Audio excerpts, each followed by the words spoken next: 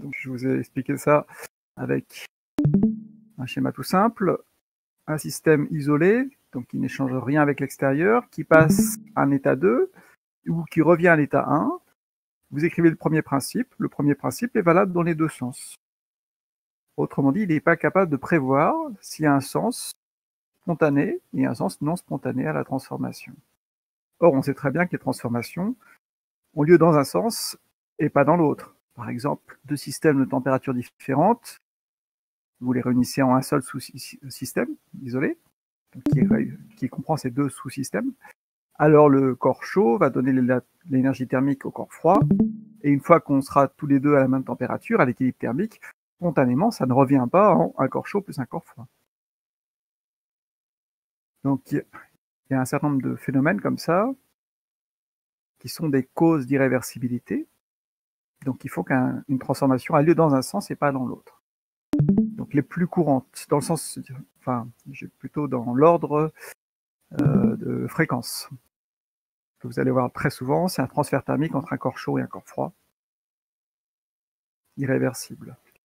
Ensuite, des phénomènes qu'on appelle dissipatifs, donc des frottements, et puis en électricité, l'équivalent, l'effet Joule.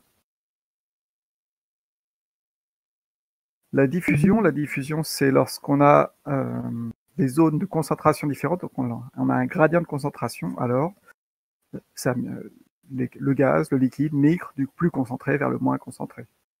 Et ça tend à uniformiser en fait la concentration. Et puis une réaction chimique aussi, et cause d'irréversibilité. Donc du coup, il faudrait trouver un élément, quelque chose qui traduise le fait qu'un système n'évolue que dans un sens. Et ça, c'est le deuxième principe qui va nous le dire, avec une nouvelle fonction d'état, l'entropie. Alors, entropie, l'étymologie tropein, ça veut dire tourner. Donc tourner relatif au sens, il va y avoir un seul sens d'évolution. Et le deuxième principe est un principe d'évolution.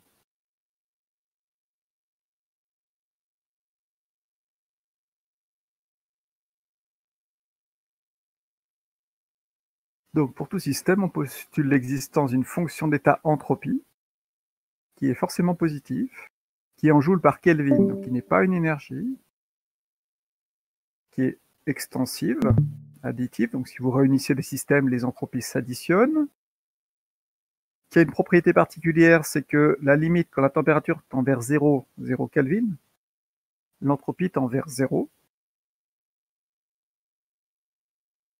Et le plus important, c'est le point 5. En fait, c'est ça le deuxième principe. Soit une transformation entre deux états, alors la variation d'entropie du système entre 1 et 2 est égale à S échange plus S création. Alors, il y a plusieurs notations différentes selon les bouquins. S échangé, S créé. Donc, j'ai pris cette notation, S échange plus S création. Ou S échange, il y a une formule. C'est l'intégrale entre l'état initial et l'état final de delta Q sur T extérieur. T extérieur, évidemment, c'est la température du milieu extérieur, avec lequel il y a un échange thermique. Et S création, ça c'est un peu bizarre, il n'y a pas de formule. Donc on ne sait pas la calculer facilement, mais on sait juste que c'est positif ou nul. Et cette entropie créée est liée à l'irréversibilité de la transformation. Donc évidemment, si la transformation n'est pas irréversible, il n'y a pas de S création égale 0 si c'est réversible, et positif strictement si c'est irréversible. Donc le fait que S création ait un signe forcément positif est à relier au fait qu'une transformation a lieu dans un seul sens. S création négative, ça serait le sens inverse, et c'est pas possible. Donc ça veut dire que la transformation inverse n'est pas possible. Donc c'est ça qu'on appelle le deuxième principe.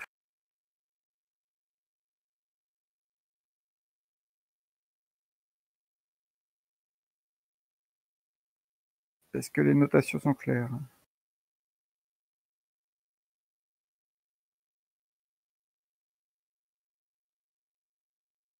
Donc quand je vous demande le deuxième principe, il faut me dire la première ligne, delta S12 égale S échange plus S création, la formule de S échange et la propriété de S création. Donc en fait, c'est trois éléments qu'il faut donner.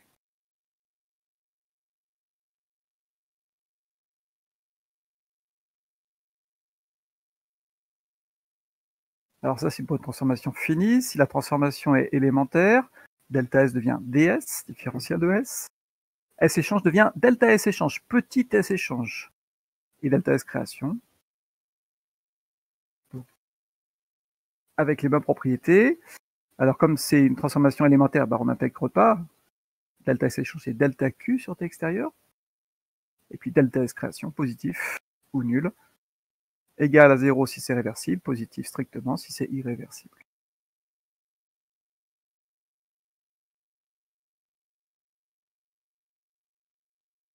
Donc une propriété importante, delta S12, c'est l'entropie de l'état 2 moins l'entropie de l'état 1. Ça ne dépend que de l'état initial et de l'état final, donc ça ne dépend pas du chemin suivi. Ça veut dire qu'on pourra la calculer sur n'importe quel chemin. Alors que S échange et S création, eux, dépendent du chemin suivi, dépendent si la transformation est réversible, irréversible, etc. Donc on ne pourra les calculer, eux, que si on connaît exactement la nature de la transformation. En fait, c'est la même chose que W et Q. Si vous prenez l'analogie avec le premier principe, delta U égale W plus Q, delta U ne dépend pas du chemin suivi, alors que W et Q dépendent du chemin suivi. Donc c'est le même principe pour delta S, S échange, S création.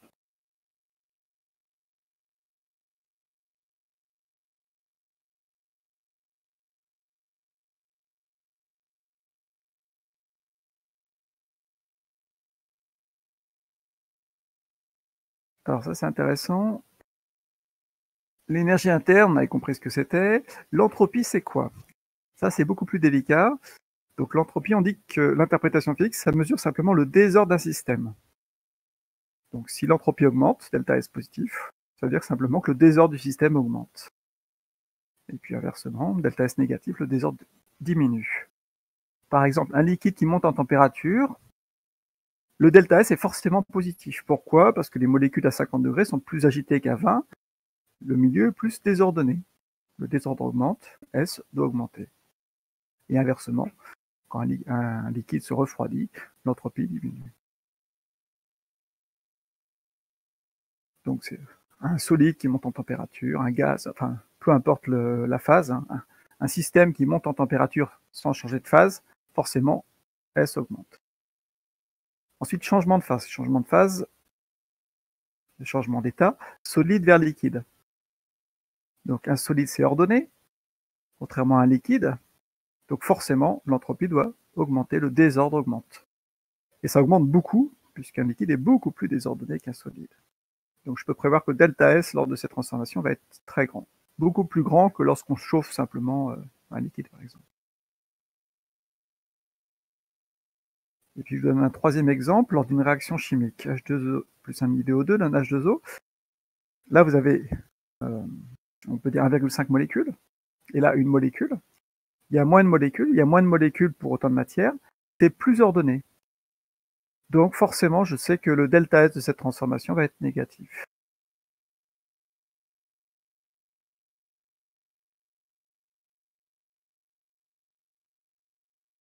Ça va?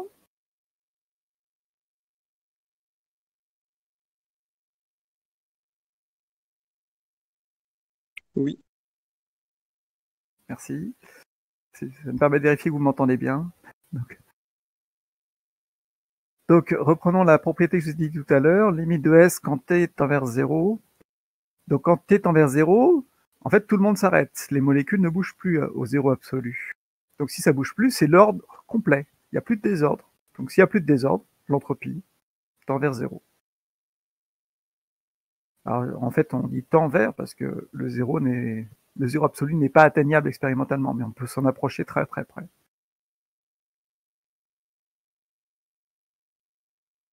Et dès qu'on va monter en température, l'entropie va augmenter, donc va être forcément positive.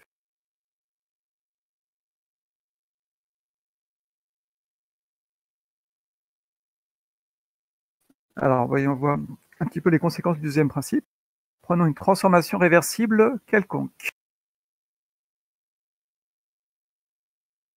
Donc, ça veut dire qu'on échange de l'énergie thermique avec une source à T extérieure, mais si c'est réversible, il ne faut pas qu'il y ait un corps chaud et un corps froid. Donc, l'extérieur doit être à la même température que le système. Donc, T extérieur doit être égal à T à tout instant. Donc je l'écris d'abord de manière élémentaire. ds égale delta S échange plus delta X création. Oui, mais si c'est réversible, delta S création est nul. Donc il me reste que le delta S échange. Delta S échange, il y a une formule, c'est delta Q sur T extérieur. Oui, mais si c'est réversible, T c'est T extérieur. Donc T extérieur, je le remplace par T, et je peux préciser delta Q, c'est delta Q réversible. ds égale delta Q réversible sur T. Ah, j'ai donc accès à la différentielle de S. Donc je peux calculer n'importe quelle variation d'entropie, c'est l'intégrale de ds. Donc c'est l'intégrale de delta Q réversible sur T, en prenant un chemin réversible qui peut éventuellement être imaginaire. Donc je vais pouvoir calculer delta S ainsi. Donc je vous explique un petit peu comment ça va marcher. On a un état initial, un état final, une transformation réelle en général irréversible, delta S qui vaut S échange plus S création, et delta S, je ne sais pas ce qu'il vaut. S échange, il y a une formule, c'est l'intégrale de delta Q sur T extérieur. Celui-là, je sais le calculer. Et S création, c'est irréversible, c'est positif, mais il n'y a pas de formule.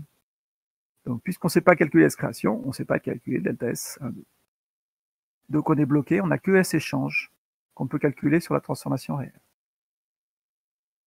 Alors, on se dit, oui, mais si je l'avais fait de manière réversible, donc en prenant un chemin réversible imaginaire, parce qu'une transformation réversible, en pratique, ça n'existe pas, on peut dire. Mais c'est pas grave, il suffit de l'imaginer. Alors, sur cette transformation réversible, le S création est nul. Delta S, c'est S du chemin réversible. Et sur ce chemin réversible, T extérieur, c'est T. Et donc, je sais calculer intégrale de delta Q réversible sur T. Et donc, j'ai accès à delta S. Et delta S, c'est S2 moins S1. C'est le même pour le réel et pour l'imaginaire. Donc, delta S12 est calculé sur le chemin réversible imaginaire. Et comme je sais calculer le S échange réel, j'en déduis le S création réel. Donc on va être obligé de faire ça pour delta S, c'est un peu compliqué. On calcule le S échange réel, on calcule le delta S sur ce chemin imaginaire, et par différence, on a accès au S création réel, qui sera forcément positif si c'est réversible.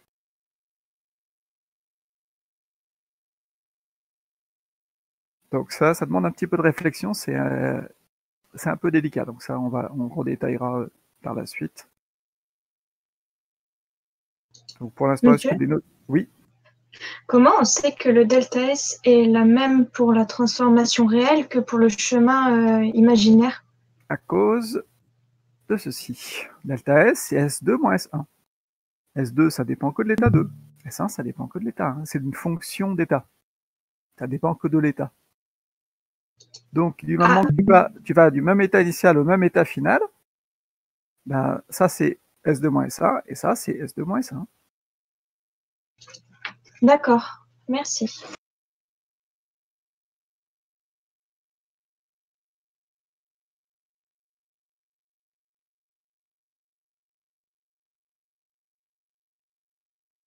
Alors, prenons une transformation adiabatique réversible. Adiabatique, ça veut dire pas de transfert thermique, donc pas de S-échange. Et si c'est réversible, pas de S-création. Donc la somme des deux, bah, ça fait forcément 0. La variation d'entropie est nulle, donc S est constante, d'où le nom de la transformation à entropie constante isentropique. Vous vous rappelez, quand je vous avais mis adiabatique réversible d'un gaz parfait, je vous ai dit c'est synonyme d'isentropique. Donc voilà la justification.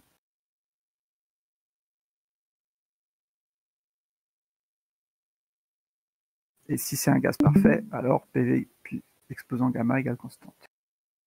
Si c'est pas un gaz parfait, il n'y a pas de formule particulière. Alors prenons maintenant une adiabatique irréversible. Adiabatique, pas de S-échange. Irréversible, S-création positive. Donc la somme des deux est forcément positive. L'entropie d'un système qui évolue de manière adiabatique irréversible ne peut qu'augmenter.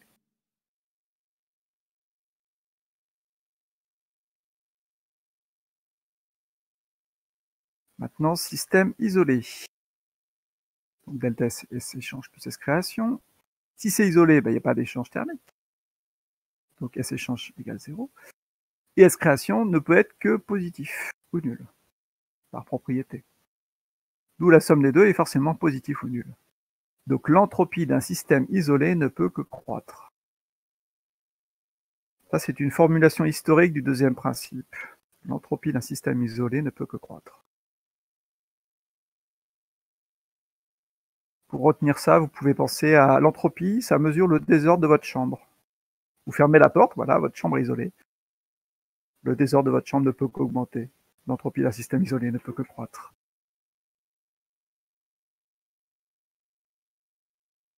Mais pour un système qui est pas isolé, du coup, ça veut dire qu'elle augmente pas? Pas forcément. L'entropie d'un système pas isolé peut diminuer. Mais ça veut dire que du coup, à l'extérieur, par contre, l'entropie augmente. L'entropie de l'extérieur augmente. Et l'entropie de l'extérieur, dans ce cas-là, va augmenter plus que la diminution du système. Parce que la somme des deux, c'est un système isolé, et l'entropie de la somme des deux doit augmenter. Autrement dit, s'il y a création d'ordre dans ton système, il y a création de désordre à l'extérieur, et de façon forcément plus importante que dans ton système. Mais au final, l'entropie est plus importante. Et donc l'entropie globale augmente. Ça, c'est un principe, c'est une conséquence du deuxième principe. La création d'ordre dans un coin de l'univers crée forcément un désordre plus grand à côté. Vous allez me dire, est-ce que ça existe, un système isolé? J'avais laissé un petit peu de place. Donnez-moi un exemple de système isolé.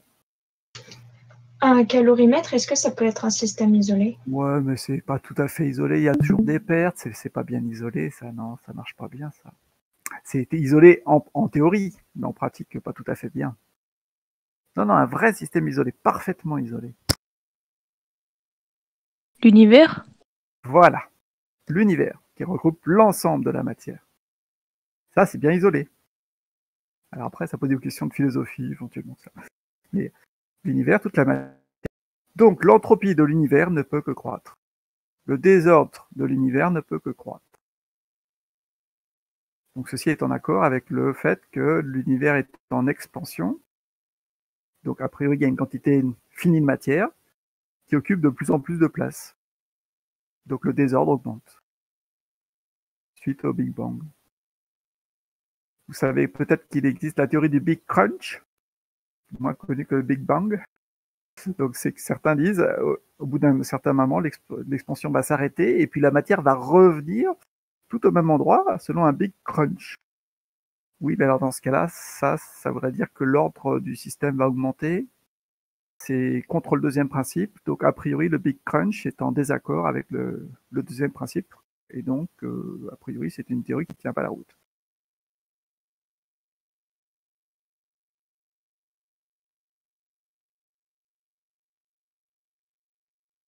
Donc, l'entropie de l'univers ne peut qu'augmenter. Ceci est en accord avec son expansion. Alors après, ça pose des problèmes philosophiques. C'est quoi les limites de l'univers? Enfin, on est entre la physique et la philosophie, là.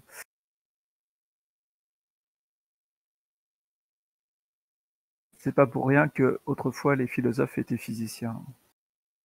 Depuis qu'ils ne le sont plus, ils réfléchissent plus très bien.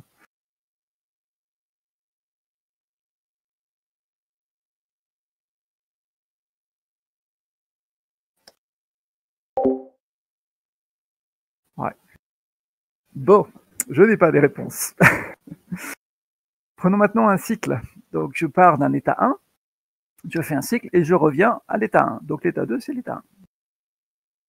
Alors delta S du cycle, c'est S2 moins S1. Oui, mais si 1 égale 2, ils ont la même entropie. Donc delta S sur un cycle vaut forcément 0.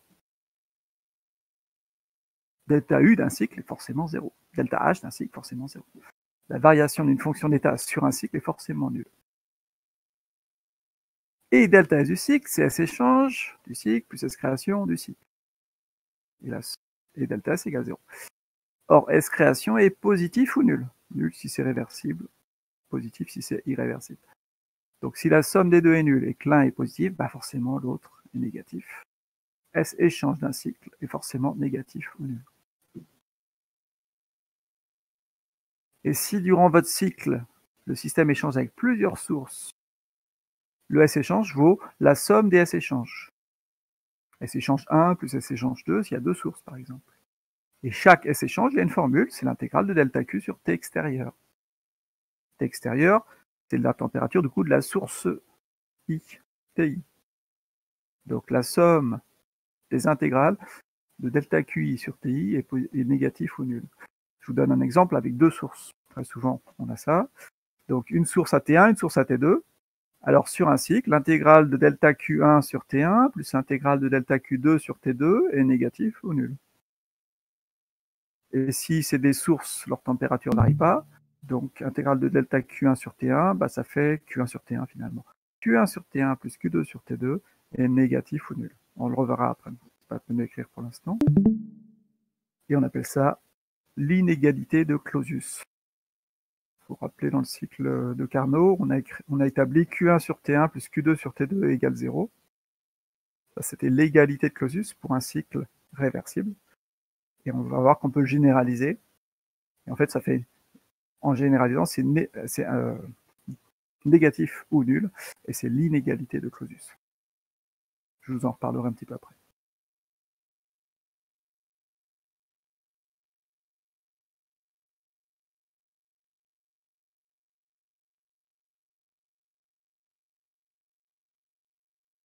Alors, le 2.3, c'est un point un petit peu technique.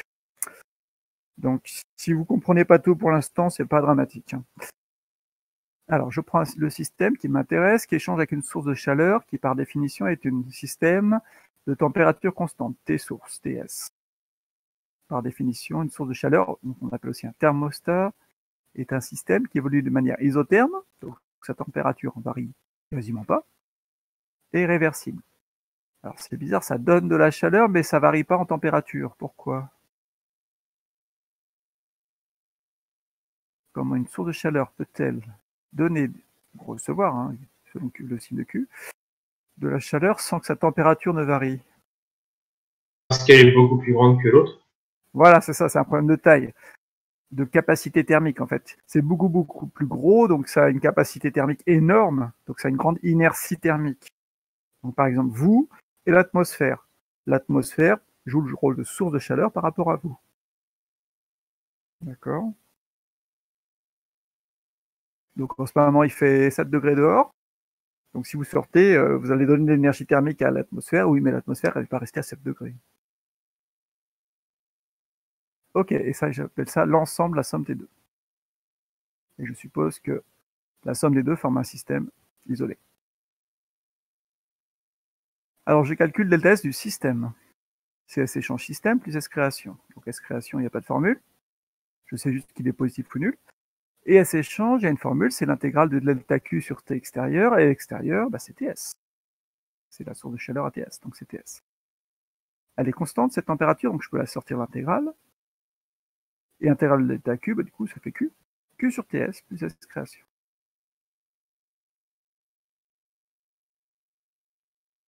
Ensuite, je calcule delta S source. Donc c'est S échange source plus S création source. Et c'est là où est la ruse. Puisque j'ai dit qu'une source échangeait de la chaleur de manière réversible, bah, S création et source égale 0.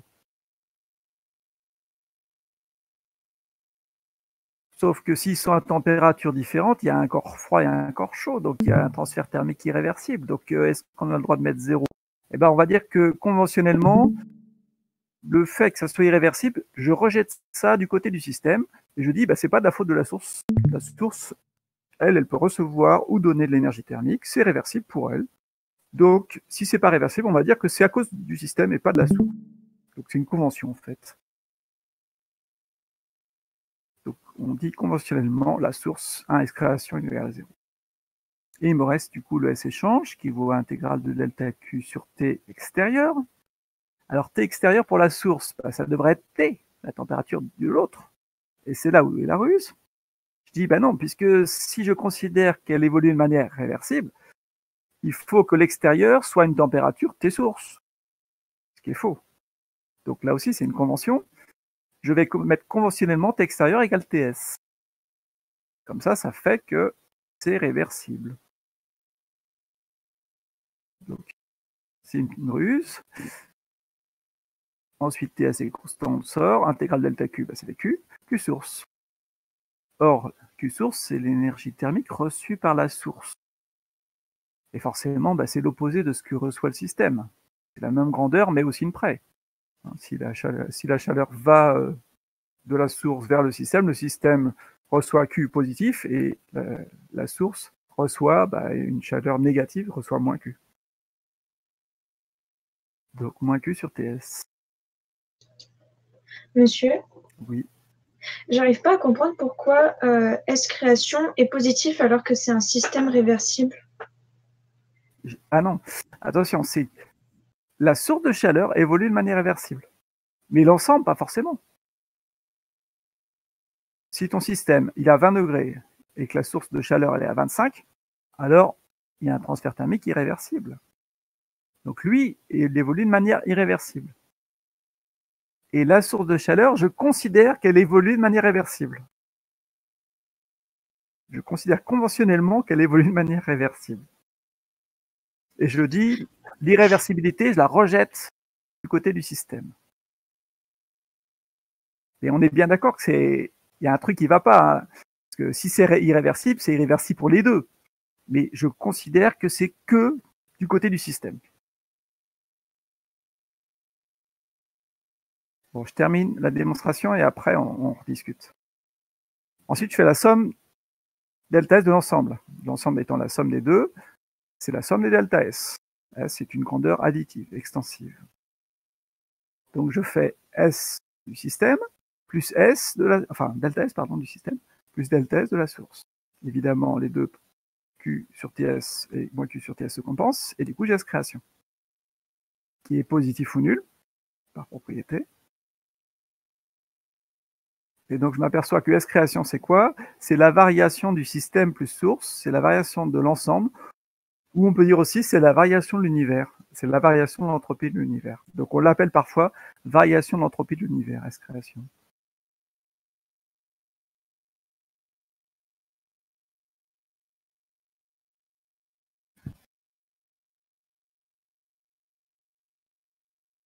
Donc on est bien d'accord que dès que T est différent de TS, il y a un transfert thermique irréversible.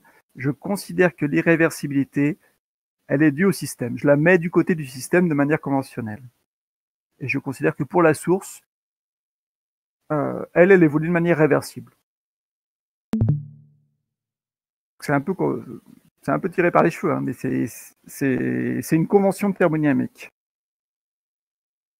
Mais je comprends que ça soit pas évident. Donc on appelle ça faire le bilan entropique d'un système avec une source extérieure. Enfin, franchement, s'il n'y a que ça que vous ne comprenez pas, c'est pas grave. J'hésite toujours à le faire, ce truc-là, parce que c'est un peu délicat.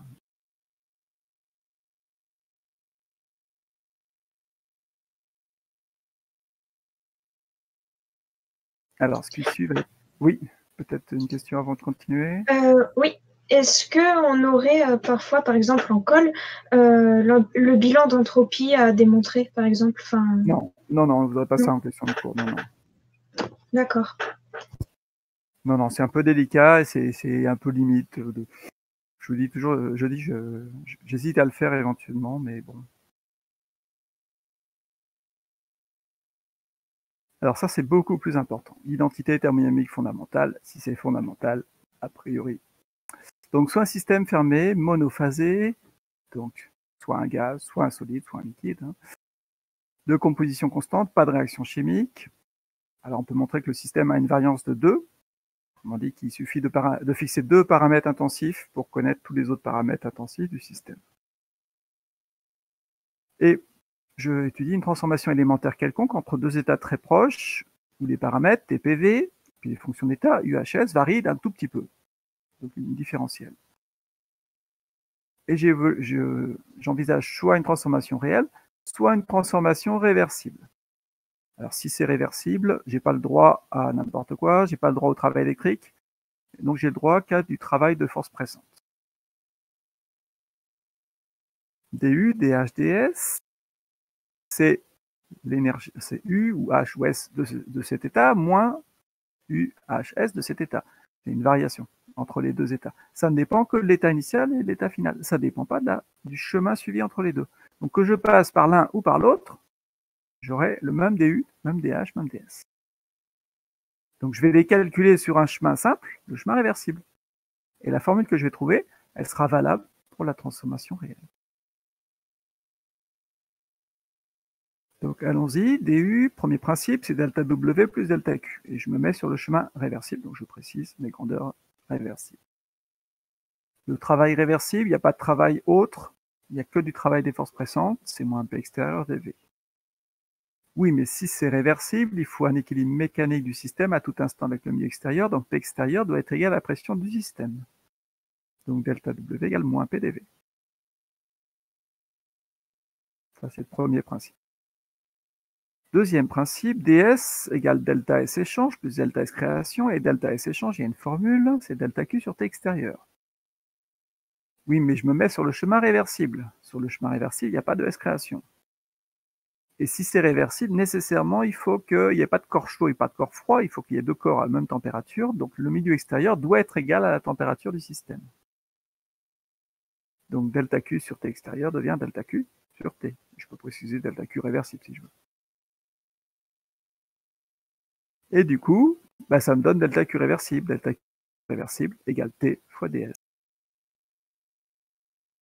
Donc delta W réversible, c'est moins PdV. Et delta Q réversible, c'est T fois ds. Ça me donne une relation entre du, dv, ds, et P et T, qu'on appelle l'identité thermodynamique fondamentale.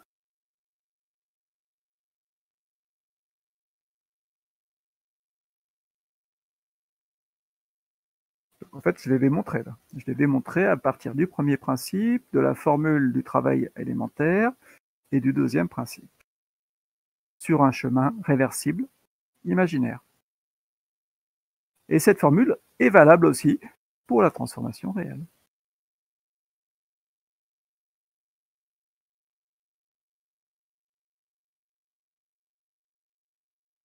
Alors, quand on vous l'a donné, vous pouvez vérifier que c'est homogène. U, c'est une énergie, c'est en joules. P fois V, c'est un travail, c'est en joules, puisque moins PdV, c'est un travail. Hein. Et TdS, alors T, c'est en Kelvin, et S, regardons, d'après cette formule, c'est joule divisé par Kelvin, un joule, Kelvin moins 1. Donc, Kelvin, joule, Kelvin moins 1, ça fait bien des joules. Des joules. Tout va bien, c'est homogène. Une autre vérification qu'on peut faire, U est un paramètre extensif, P est intensif, V extensif. Et on sait qu'un intensif fois un extensif, ça fait un extensif. Donc le produit est extensif. T intensif, S extensif. Donc le produit est extensif. Extensif égale extensif plus extensif. Donc c'est cohérent. Si c'est extensif, additif, alors chaque terme doit être additif, donc chaque terme doit être extensif. On s'aperçoit que la pression est toujours associée au volume en thermodynamique. On dit que P et V forment un couple de paramètres conjugués qui vont ensemble. Regardons dans le travail, c'est moins PdV. Et T et S vont toujours ensemble.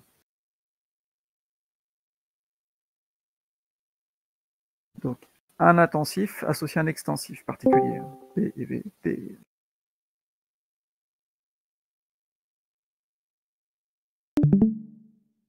Alors, ça sert à quoi ce truc-là? Eh bien, je peux isoler TdS. TdS égale du plus PdV. Et du coup, ds égale du plus PdV sur T. Que je peux séparer en deux, du sur T plus P sur T dV. Donc, j'ai accès à la différentielle de S. Et si j'ai la différentielle, eh bien, je peux maintenant intégrer cette différentielle entre l'état initial et l'état final, et j'aurai accès à la différence, donc à la variation d'entropie.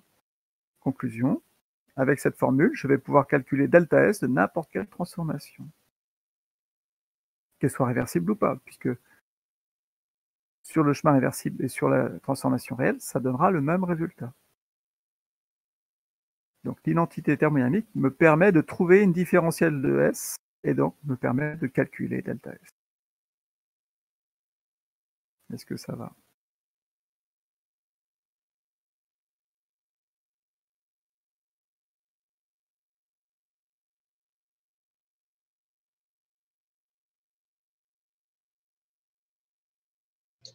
Oui, ça va.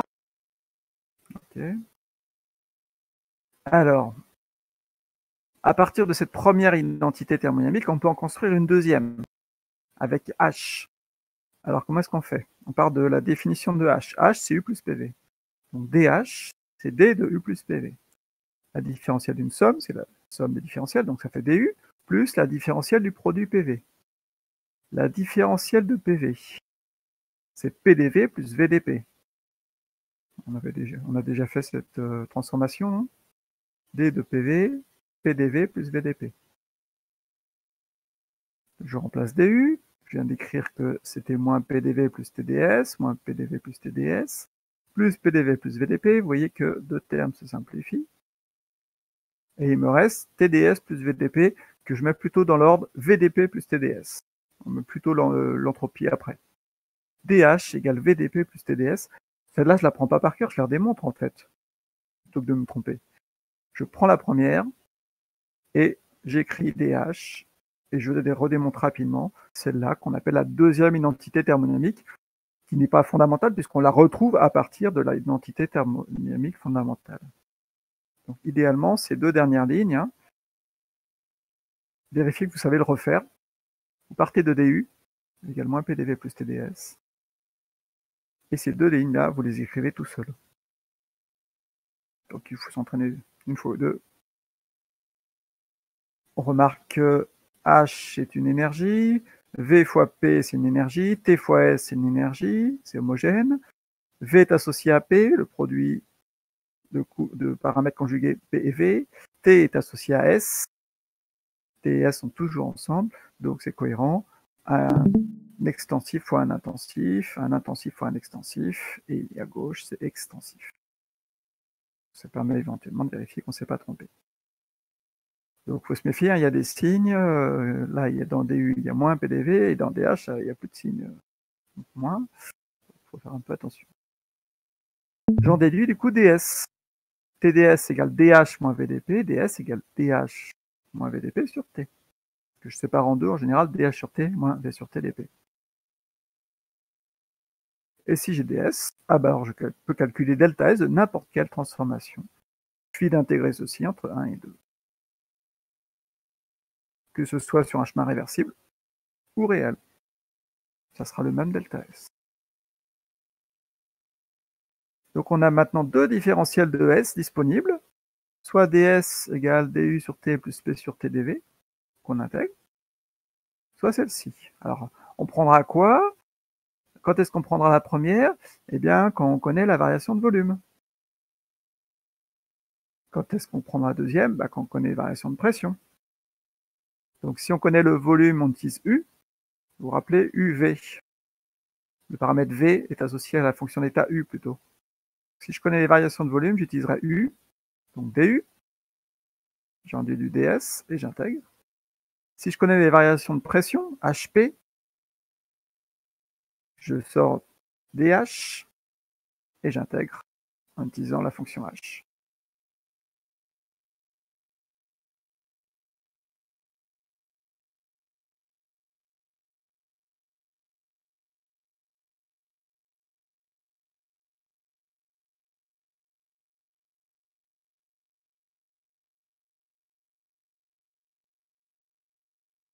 Donc cette page 51, c'est vraiment une des plus importantes, hein, puisque c'est celle qui va nous permettre de calculer DS, donc delta S, de n'importe quelle transformation.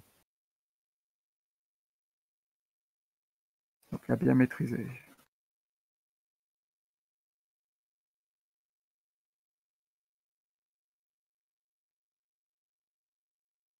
Application. Donc aujourd'hui, on va commencer doucement. Entropie d'une phase condensée. Donc solide ou liquide. Donc une phase condensée, le volume ne varie quasiment pas. Et on a vu que DU, c'est quasiment DH, c'est la même chose. C'est CDT, capacité thermique indifférenciée, ou MC massique DT, si on utilise la capacité thermique massique. Alors, est-ce qu'on utilise DU ou DH? C'est pas grave, puisque DU, c'est la même chose que DH. Donc, autant utiliser DU, le plus simple. Moins PDV plus TDS. Donc, j'en déduis DS, c'est DU plus PDV sur T. Je sépare mes deux termes. Et puisque c'est une phase condensée, le volume ne varie quasiment pas. Vous augmentez la pression, le volume ne varie pas. Vous augmentez la température, le volume ne varie quasiment pas. Donc la variation de volume peut être considérée comme nulle. Hop, le deuxième terme s'en va. ds, c'est du sur t. Et du, c'est cdt, ou mc massique dt. Tout ds, mc massique dt sur t. On utilisera plutôt la deuxième formule. ds égale mc massique dt sur t. En général, vous avez le c massique dans l'énoncé. Et donc, si j'ai accès à la différentielle de S, eh ben, je peux calculer maintenant une variation. La variation d'entropie, c'est l'intégrale de ds, c'est l'intégrale de mc massique dt sur t. mc massique, c'est une constante, en général. Intégrale de dt sur t, intégrale de dx sur x, bah, ln de x, donc ln de t. ln de t2 moins ln de t1, on peut mettre plutôt sous la forme ln de t2 divisé par t1. Donc vous pouvez mettre une ligne intermédiaire éventuellement, mc massique log de t2 moins log de t1, et log de b moins log de a égale log de b sur a. Ça n'a pas d'unité. M, c'est en kilogrammes. C, c'est en joules par Kelvin par kilogramme. Donc les kilogrammes vont s'en aller, et on aura quelque chose en joules par Kelvin. Attention, S n'est pas une énergie.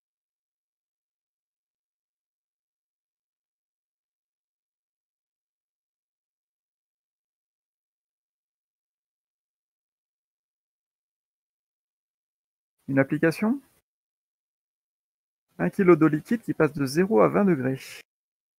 Calculons delta U et delta S.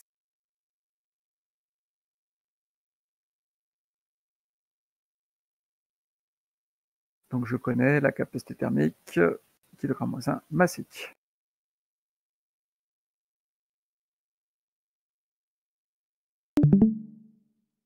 Alors, delta U, c'est l'intégrale de du. du, mc dt. Intégrale de mc dt. mc t final moins t initial. Donc ça fait 1 kg fois 4 18 10 puissance 3 fois, on passe de 0 à 20 fois 20, 83,6 kJ.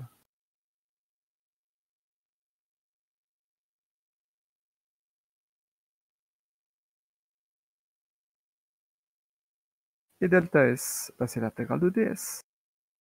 Donc c'est l'intégrale de mc massique dt sur t, entre t1 et t2. Donc mc ln de t, donc mc log de t2 moins log de t1, c'est-à-dire log de t2 sur t1.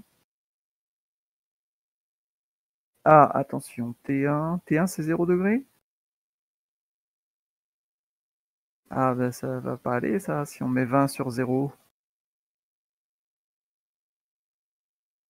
Et non, les températures sont en Kelvin.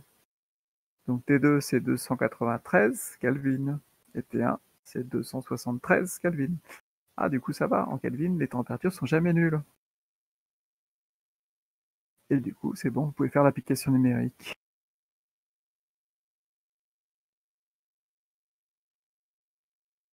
Donc si on regarde les ordres de grandeur, hein, une énergie, kilojoule c'est pas une grosse énergie le joule, hein, donc kilojoule c'est pas étonnant. Et pour les delta S, on obtient toujours des choses beaucoup plus petites, mais attention, c'est pas en joule, c'est en joule par Kelvin. Ne soyez pas étonnés, les valeurs de delta S sont pas du tout le même ordre de grandeur, mais comme c'est pas la même unité, de toute façon, c'est pas comparable. Hein. Donc on regarde, l'eau qui passe de 0 à 20, les molécules s'agitent, le désordre augmente, la variation d'entropie est positive. C'est normal.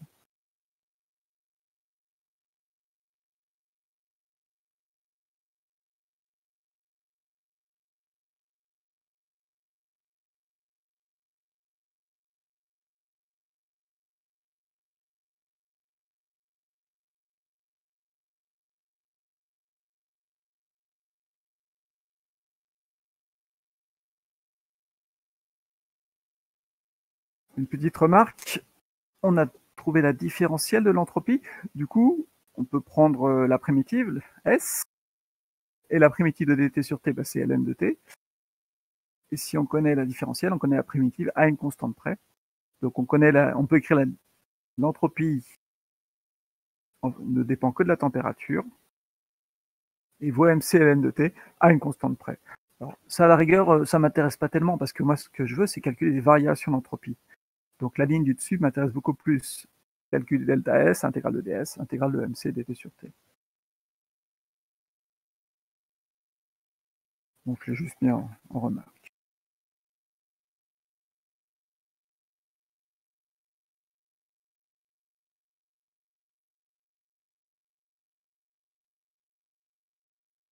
Alors, je m'aperçois qu'il me reste un peu de temps. J'ai envie de faire la page 53. Si j'y arrive techniquement, je vais regarder. Ah. Je vais voir, mais c'est pas sûr que je puisse relancer le streaming après l'avoir arrêté. On va essayer. Page 53.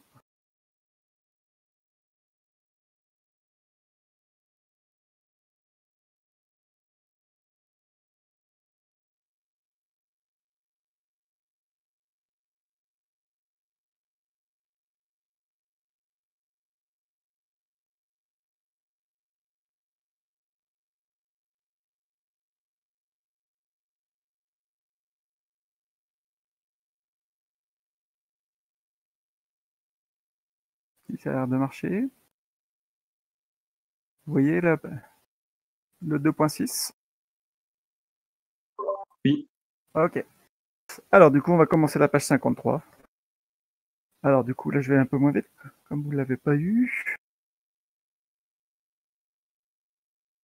Alors, on va essayer de calculer l'entropie d'un gaz parfait, ou plutôt ds et delta S. Donc on peut choisir différentes variables pour un gaz, soit en fonction de la température et du volume. Volume, on va utiliser dans ce cas-là U. Donc on connaît du d'un gaz parfait, U ne dépend que de la température, du ne dépend que de la différence de température dt, du égale NCV molaire dt. Et par ailleurs, on a établi que CV molaire, c'était R sur gamma moins 1.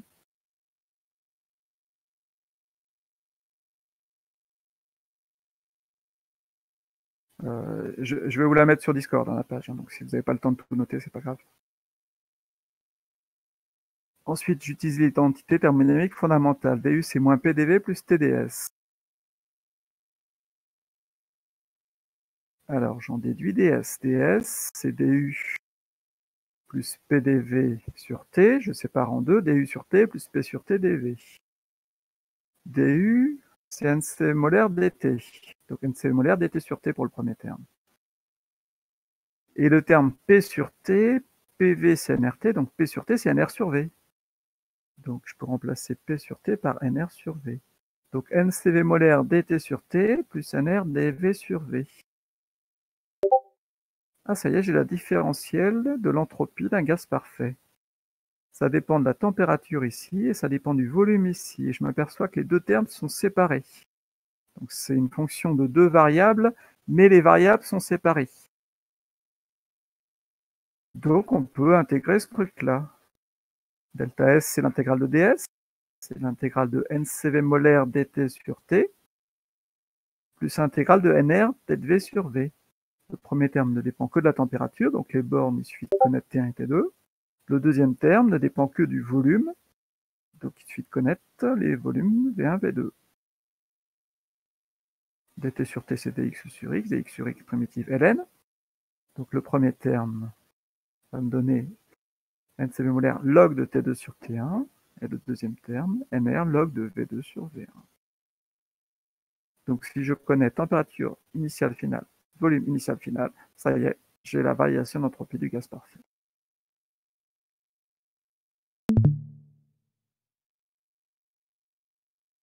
Donc si la température T2 est plus grande que T1, ce terme-là va être positif. L'entropie augmente quand la température d'un gaz augmente.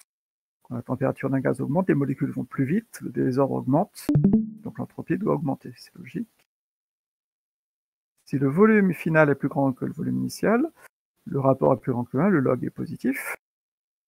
Donc si le volume augmente, le désordre augmente, le gaz occupe plus de place, il est plus désordonné, donc l'entropie augmente. Donc c'est logique. L'entropie d'un gaz parfait dépend de la température et du volume, et augmente avec la température, et augmente avec le volume.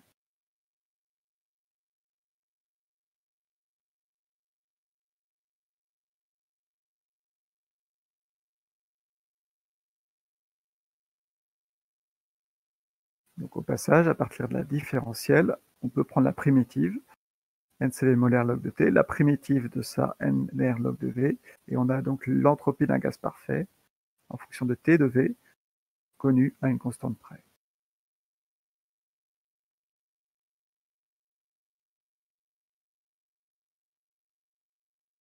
Donc ce que je vais vous proposer pour demain, c'est de faire la même chose, mais en variable T et P.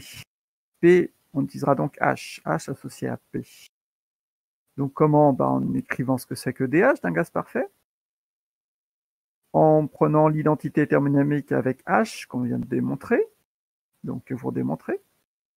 Alors vous en déduirez ds et vous en déduirez delta S entre deux états.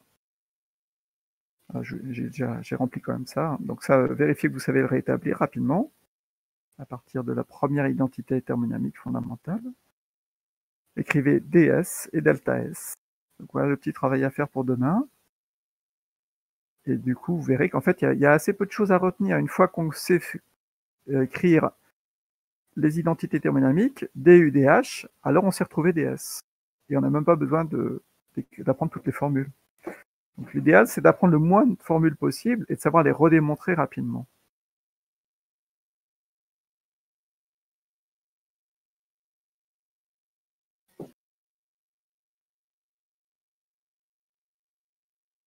Voilà, je vais vous mettre la page 53 sur Discord, hein, avec les trous.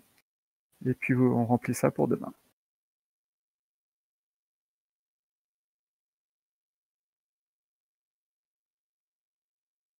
Petite pause question, sinon, eh bien, on va s'arrêter là pour aujourd'hui.